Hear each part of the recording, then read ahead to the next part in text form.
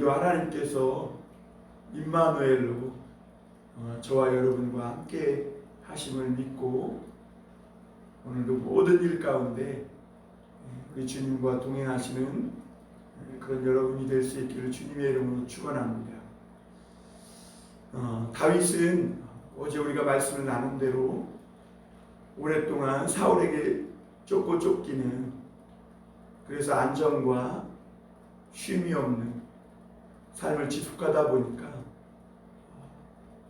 그에게 영적 무기력증이 찾아왔고, 그리고 그는 한 번에 무너져 버리게 됐습니다. 그래서 이스라엘 왕으로 기름 부음 받은 다윗이 그의 모든 사람들과 가족들을 데리고 블레셋으로 망명하는 것을 보았습니다. 블레셋으로 망명하기로 선택한 다윗의 결정이 처음에는 긍정적인 그런 결과를 가져왔다고 말씀드렸죠. 일단 먹을 것이 해결되었고, 또 블레셋 왕 아기스도 전과 달리 다윗과 그의 용사들과 모든 가족들을 기꺼이 받아주었습니다. 왜냐하면 블레셋은 주변에 약한 나라들을 약탈하고 빼앗아서 먹고 사는 나라였기 때문에 이렇게 다윗과 같이 용맹한 그런 용사들이 와서 한편이 되어준다는 것은 굉장한 큰 힘이었기 때문에 그렇습니다. 그래서 다윗은 이 아기스로부터 시글락이라는 성읍까지 받게 됩니다. 아둘람 굴에서 참 오늘 내일 하며 이렇게 처량하게 살던 다윗이 시글락이라는 성읍을 받고 정말 얼마 만에 누리는 여유겠어요. 이 시글락이라는 성읍에서 정말 안전하게, 또 처음으로 마음껏 밤에도 두 다리를 뻗고 잠을 잤을 것입니다. 그리고 이 다윗은 더 이상의 사울의 추격을 받지 않게 됩니다. 블레셋으로 넘어가는 순간 사울은 그 소식을 듣고 더 이상은 이 다윗을 쫓지 않습니다. 왜냐하면 블레셋은 이스라엘 왕 사울이 함부로 할 수 있는 나라가 아니었거든요. 사실 다윗이 그 할머니의 고향인 모압으로 피하는 것이 어쩌면 더 환대를 받을 수도 있었을 것이다 이렇게 생각할 수 있음에도 블레셋으로 피한 것은 모압은 아직 이 이스라엘을 대항할 만한 힘이 없었기 때문에 그렇습니다. 그리고 이 블레셋은 이 이스라엘 가까이 유다 지파 쪽에 근접해서 붙어 있었기 때문에 언제든지 또 이스라엘 땅으로 들어올 수 있어서 아마 그쪽으로 피한 것이 아닌가. 그러나 어쨌거나 이 블레셋 땅으로 피한 이 다윗은 하나님이 기뻐하는 모습은 아니었습니다.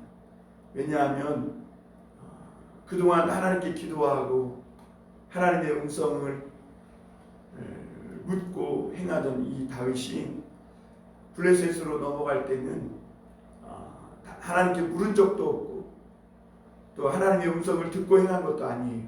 단지 자기 마음에 생각하기를 그랬죠. 자기 마음에 두렵고 또 현실적인 그런 문제를 타결해 보고자 하나님께 기도하지도 않고 하나님의 음성을 분명하게 듣지도 않고 그렇게 그냥 현실적인 문제를 염려와 근심과 걱정을 이렇게 해결해 보고자 넘어갑니다. 그러나 아니나 다를까 28장 오늘 1절에서 그때에 이렇게 말씀합니다. 그때에는 언제냐? 27장 12절 그 마지막 절 한번 보겠습니다. 아기스가 다윗을 믿고 말하기를 다윗이 자기 백성 이스라엘에게 심히 미움을 받게 되었으니 그는 영원히 내 부하가 되리라고 생각하니라 그랬습니다. 이게 무슨 말씀이냐면 다윗이 시글락에서 살면서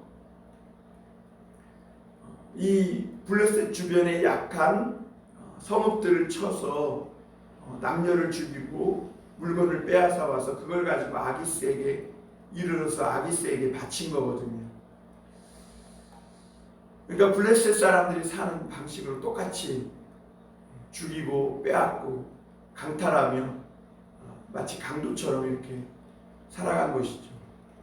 블레셋 땅이 넘어갔으니 그렇게 살 수밖에 없는 것이죠.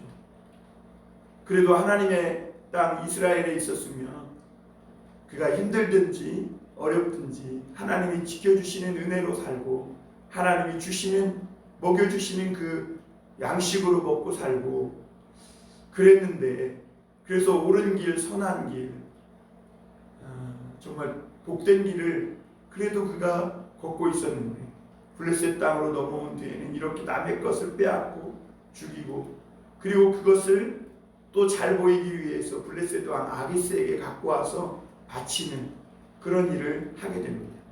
그런데 오늘 놀라운 일이 이 아기스가 이 다윗이 어디를 쳤냐 그랬을 때 다윗이 사실은 유다 남방 네겝을 친 것이 아니거든요. 블레셋의 주변 다른 아말렉이나 구슬이나 이런 아직 약한 그런 성읍들을 치고 빼앗아 온 것인데 유다 남방을 쳤다고 이스라엘을 쳤다고 거짓말을 하게 됩니다. 그런데 아기스가 그걸 믿습니다. 믿고 뭐라고 말하냐면 자기 이스라엘을 쳐서 이제 미움을 샀으니까 이제는 나를 섬기리라 내 부하가 되리라 이렇게 믿고 생각하는 것을 보게 됩니다. 참 놀라운 것이 이스라엘 왕 사울은 그렇게 다윗이 충성하고 목숨을 바치기까지 최선을 다했는데도 믿지 않았다는 겁니다. 그런데 블레셋 왕 아기스는 다윗이 이렇게 약간만 어떤 최선을 다하는 모습, 조금만 호의적인 모습을 보여도 이 다윗을 믿고 자기의 부하가 영원히 내 부하가 될 것이라 믿었다는 것. 참 이게 역설입니다. 참 이 다윗과 같은 사람들을 하나님이 함께하는 이 다윗을 이 자기의 신하로 믿지 못하고 이 사울은 내쫓고 블레셋 이 아기스 왕은 자기의 부하가 될 수 없는 이런 다윗과 하나님을 섬기는 다윗이 자기의 부하가라고 이렇게 영원히 부하가 될 수 있다고 믿는 이것이 참으로 우리에게 오늘 참 역설이구나. 이런 일이 세상에 있을 수도 있구나. 이런 일들이 있구나라는 것을 보게 됩니다. 여러분 어쨌거나 그때에 이제 이스라엘과 블레셋이 전쟁이 벌어집니다. 그러니까 다윗의 이 선택한 안정적이고 호화로운 생활이 이제 막을 내리는 순간입니다. 아주 난감한 상황에 처하게 된 것이죠. 그래서 이 아기스가 다윗을 불러가지고 이스라엘과 우리가 싸우려고 하니까 너와 내 사람들이 나와 함께 나가서 이스라엘과 싸워야 한다 이렇게 말합니다. 그러자 2절에서 다윗이 이렇게 말하죠. 다윗이 아기스에게 이르되 그러면 당신의 종이 행할 바를 아시리이다 하니 아기스가 다윗에게 이르되 그러면 내가 너를 영원히 내 머리 지키는 자를 삼으리라 하니라. 다윗이 그러면 당신의 종이 행할 바를 아시리이다 이렇게 말해요. 이게 애매한 대답이죠. 그래서 이 블레셋 왕 아기스는 당신의 종이니 당신을 위하여 나가서 싸우겠습니다 라고 알아들어요. 그러나 다윗은 사실 이 말을 할 때에 당신의 종은 이스라엘의 왕으로 기름 부음 받은 자이니 아마 당신도 내가 이스라엘과는 싸울 수 없는 사람이라는 것을 알 것입니다 라는 의미로 아마 대답했을 거예요. 어쨌든 이 다윗은 또 한 번의 큰 위기를 맞이하게 됩니다. 여러분 하나님 없이 잘 먹고 잘 사는 것 오래가지 못합니다. 그리고 하나님 없이 내가 어디를 가든지 그곳은 처음에는 잠깐 안정되고 또 편안한 것 같지만 그 장소는 결국에는 그 환경이나 장소가 나를 지켜주지 못한다. 여러분, 우리가 하나님이 계신 그 중심으로, 하나님이 나와 함께 하시는 그 장소, 그 중심으로 살아가야 합니다. 여러분, 이스라엘 백성들이 광야에서 그 크고 두려운 죽음의 땅 광야를 통과하면서 그들이 살아남을 수 있었던 것은 이스라엘 이 12지파 백성들의 한복판에 하나님이 장막을 치고 그들과 함께 계셨기 때문에 그래요. 비록 그들은 죽음의 땅, 뱀과 전갈과 온갖 사나운 맹수들이 우글대는 그 광야에 거하고 있었지만, 그러나 하나님이 계신 그 이스라엘 백성들에게는 하나님을 중심으로 빙 둘러서 모여서 함께 살아가고 있는 이스라엘 백성들에게는 그곳은 바로 하나님의 나라였습니다. 하나님이 그곳에 임하셨고, 이스라엘 백성은 하나님과 함께 그 죽음의 땅 광야를 지나고 있었던 것이죠. 그 땅이, 그러나 그 죽음의 땅이 이스라엘 백성들이 주님을 모시고 있는 그곳은 하나님의 나라가 이미 시작되고 있었습니다. 그래서 그 하나님은 이스라엘 영역 안에 뱀이나 전갈이나 이 사나운 맹수들이 그 영역 안으로 들어오지 못하도록 하나님은 낮에는 구름 기둥으로, 밤에는 불 기둥으로 이스라엘 백성과 함께해서 지켜주고 또 그들을 인도하고 계셨음을 우리는 보게 됩니다. 사랑하는 성도 여러분, 오늘도 우리는 죽음의 땅 광야를 통과하는 이스라엘 백성과 같습니다. 그런데 여러분, 놀라운 사실은 우리 안에 하나님이 성령으로 오셔서 임마누엘 해주시고 계시다는 것입니다. 고린도전서 3장 16절에 보면 너희가 하나님의 성전인 것과 하나님의 성령이 너희 안에 거하시는 것을 알지 못하느냐 그랬습니다.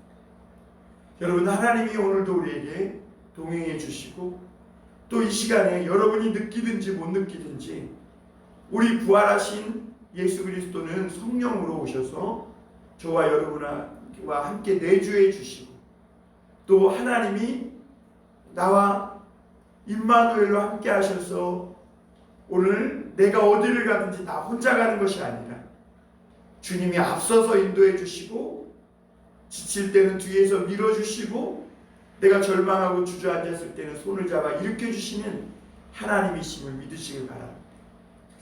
여러분, 우리나라의 점산업이 3조 원가량이라고 합니다. 점치는 산업. 사람들이 왜 점을 칩니까? 미래를 알고자 합니다. 두렵기 때문에 그렇죠. 그런데 여러분, 우리 믿는 사람들에게는요, 예수님을 믿는 우리 성도들에게는 점을 칠 필요가 없어요. 왜냐하면 점을 치는 것을 또 하나님이 싫어하세요. 하나님은 미래를 인간들에게 허락해 주시지 않았어요. 미래는 하나님의 영역으로 남겨두신 거예요. 왜냐하면 인간이 미래를 안다고 해도 인간에게는 그 미래를 해결할 능력도 없고 힘도 없고 컨트롤할 수 있는 어떤 능력도 없기 때문에 그래요. 그러니까 미래를 알아봐야 우리 인간들에게는 하나 도움될 것이 없기 때문에 하나님은 그 미래를 모르도록 인간에게 닫아 놓으셨고 하나님이 친히 미래가 되어주셨습니다. 여러분, 우리 성도들에게는요, 예수 그리스도의 십자가가 우리의 미래입니다. 주님의 부활이 우리의 미래인 것입니다. 오늘도 미래가 우리 앞에 와 있어요. 주님이 미래가 오늘 미래이신 주님께서 우리 속에 들어와 계신 거예요. 이 주님을 붙들고 나아가면 나의 미래이신 이 예수 그리스도의 십자가, 그래서 살든지 죽든지 주와 함께 영원한 부활의 승리를 맛본 그 미래를 붙들고 오늘도 믿고 나아가면 하나님은 우리가 붙들은 그 미래이신 하나님, 그분 그 약속대로 우리를 그 영원한 하나님의 나라로, 또 하나님의 의와 평강과 희락이 있는 그 승리로 우리를 인도해 주시는 줄 믿습니다. 사랑하는 성도 여러분, 눈앞에 보이는 현실로 두려워하지 마세요. 오늘 여러분 속에 계신, 여러분의 미래이신 그 하나님, 여러분의 미래이신 예수 그리스도의 십자가, 그래서 나의 모든 죄를 사해 주시고 사망에서 생명으로 이미 옮겨 놓으신 그 예수님의 십자가와 부활을 믿으시길 바랍니다. 이 하나님의 사랑에서, 이 하나님의 은혜 속에서 우리를 끊을 자가 아무도 없는 줄 믿습니다. 그런데 오늘 이 사울 왕은 이 블레셋과의 전투가 붙어서 이스라엘은 이 사마리아 수넴에 진치고 블레셋은 사마리아 수넴에 진치고 이스라엘의 사울 왕은 길보아에 진쳤습니다. 이 길보아는 장차 사울 왕이 아들과 함께 요나단과 함께 전쟁에서 죽는 장소이기도 합니다. 그 죽음의 장소 길보아에 그가 나아간 것이죠. 안타깝게도 이 사무엘사는 사울의 죽음과 함께 막을 내리게 되는데요. 오늘 이 사울의 모습을 보면서 우리는 또 한 번 안타까움을 가지게 됩니다. 사울은 이 블레셋이 진치고 싸우러 나온 모습을 보고 크게 두려워 떱니다. 마치 골리앗이 이스라엘 백성들을 치러 나왔을 때 그때처럼 벌벌 떨고 있습니다. 그런데 여러분, 왜 사울이 이런 지경까지 맞이했느냐? 블레셋의 왕 아기스도 사울을 그렇게, 다윗을 그렇게 신뢰하고 믿었는데 참 함께 힘을 합치고 싸워야 할 이 사울, 자기를 위해서 충성을 다한 이 다윗을 사울은 믿지 못합니다. 결국은 쫓아버린 것입니다.